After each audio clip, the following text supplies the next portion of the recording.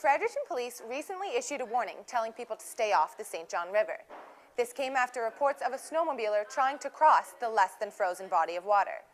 Tammy Murray is at the riverbank and has an update on the situation. Tammy?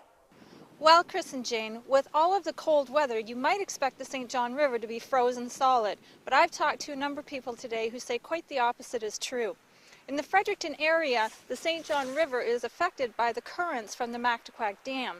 The water released from the dam actually erodes under the surface of the ice, making weak spots, and in some cases the river is open in places all winter long. Now, I spoke with Constable Ralph Curry from the Fredericton Police Department, and he said he recalls stories of when the river used to be the central gathering place for recreation in the winter. He said you could even drive a car on the ice, that's how thick it would get. But he also said that was before the dam was built and those currents became in existence. He said now he would never venture out on the ice.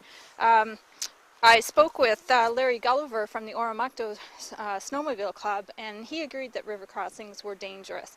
He said they encourage their members to stay on the groomed trails that the club maintains, and river crossings should be avoided at all possible. He said even in Oromocto, where the river isn't affected by the currents, he said they have the tides from the Bay of Fundy to contend with, which can make the river weak in spots, and of course you wouldn't know that until you were on top of it.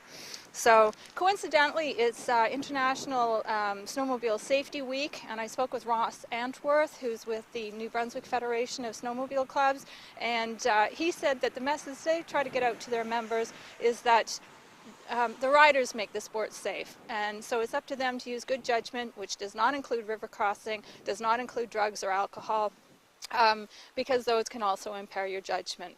Now, Constable Curry said that there's always a couple of daredevils every winter that insist on putting themselves and the rescue crews at risk, and in fact he said he saw fresh tracks on the river on the north side just yesterday. And as I look out on the river, it looks like they could be tracks, but I'm not going out there to see.